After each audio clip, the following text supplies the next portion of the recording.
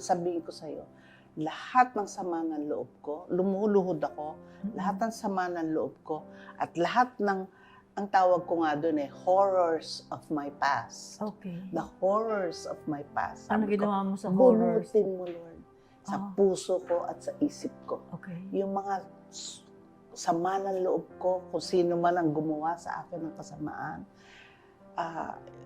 lahat ng nagbigay sa akin ng pain in my life.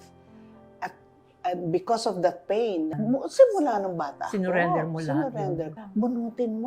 Bunutin mo, Lord. Talagang physically ginagano ko, bunutin mo, Lord, bunutin mo. Parang deliverance na rin eh. Hi, this is Pinky De Leon. I would like to invite you to watch this episode where I guested with Ami Austria para ma-encourage kayo na huwag bumitaw sa mga mirakulong naghihintay sa buhay ninyo. This coming Saturday, see you!